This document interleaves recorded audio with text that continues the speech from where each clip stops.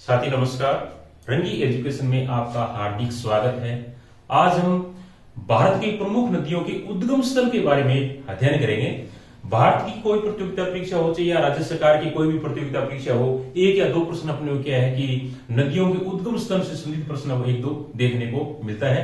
तो आज अपने देखते हैं कि भारत की प्रमुख नदियों के उद्गम स्थल कौन कौन से। चलो साथियों, आज की क्लास को शुरू करते हैं।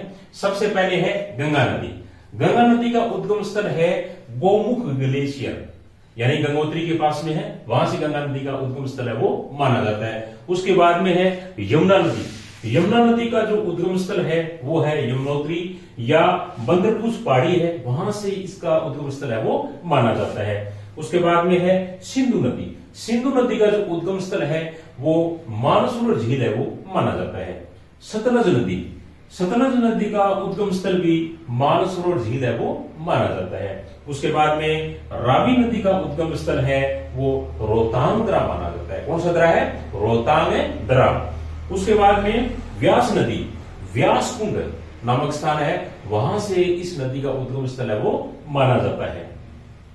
झेलम नदी, शेषनाग झील जो है वहां से क्या है कि झेलम नदी का उद्गम स्थल है वो माना जाता है। उसके बाद में बहुत इंपोर्टेंट नदी है घाघरा नदी।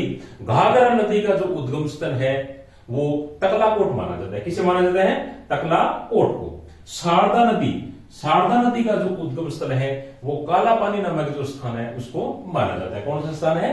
काला पानी। उसके बाद में है गंडक नदी, नेपाल से इसका उद्गम स्थल है वो माना जाता है। और साबरमती नदी जो कि गुजरात की प्रमुख नदी मानी जाती है, वो राजस्थान की जो अरावली पर्वतमाला है उससे क्या है कि इसका उद्गम स्थल है वो माना जाता है। उसके बाद में राजस्थान की एक प्रमुख नदी है, उसका नाम बनास नदी। बनास नदी का जो उद्गम स्थल है वो खमनोर की पहाड़ियां माना जाता है। कौन सा माना जाता है? खमनोर की पहाड़ियां।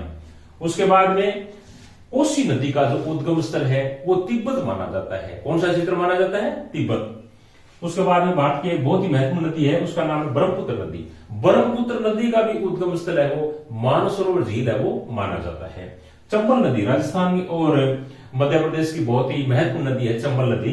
चंबल नदी का जो उद्गम स्थल है वो जाना पाव पहाड़ी जो कि मध्य प्रदेश के अंदर है, वहां से इसका उद्गम स्थल है वो माना जाता है। उसके बाद में दक्षिणी भारत की बहुत ही महत्वपूर्ण इंपोर्टेंट नदी है, उसका नाम है नर्मदा नदी। और नर्मदा नदी का जो उद्गम स्थल है वो है विंध्याचल पर्वत के अंदर अमरकंटक नामक स्थान। उसके बाद में है बेतवा नदी। बेतवा नदी मध्य प्रदेश का जो कुमरा गांव है वो इसका उद्गम स्थल है वो माना जाता है। कौन सा गांव है? कुमरा गांव। उसके बाद में है कैन नदी। कैन नदी का जो उद्गम स्थल है वो मध्य प्रदेश का कैमूर श्रृंखला जो पर्वत श्रृंखला है उसको इसका उद्गम स्थल है वो माना जाता है। उसके बाद में है तापी नदी, मध्य प्रदेश का बैतूल जो क्षेत्र है। कौन सा क्षेत्र है? बैतूल क्षेत्र मध्य प्रदेश का, वो इसको उद्गम स्थल है वो माना जाता है। उसके बाद में बहुत ही महत्वपूर्ण नदी है साथियों तुंगभद्रा नदी। और तुंगभद्रा नदी का जो उद्गम स्थल है वो कर्नाटक के अंदर पश्चिमी घाट जो है वो उसका उद्गम स्थल है वो माना जाता है। उसके बाद में बहुत ही महत्वपूर्ण नदी है दक्षिणी भारत की कावेरी नदी। कावेरी नदी का जो उद्गम स्थल है वो कर्नाटक के अंदर ब्रह्मगिरी की जो पहाड़ियां हैं उसको उद्गम स्थल है वो माना जाता है। उसके बाद में है गोदावरी नदी। गोदावरी नदी महाराष्ट्र के अंदर त्रिबकेश्वर नामक जो स्थान है वो इसका उद्गम स्थल है वो माना जाता है।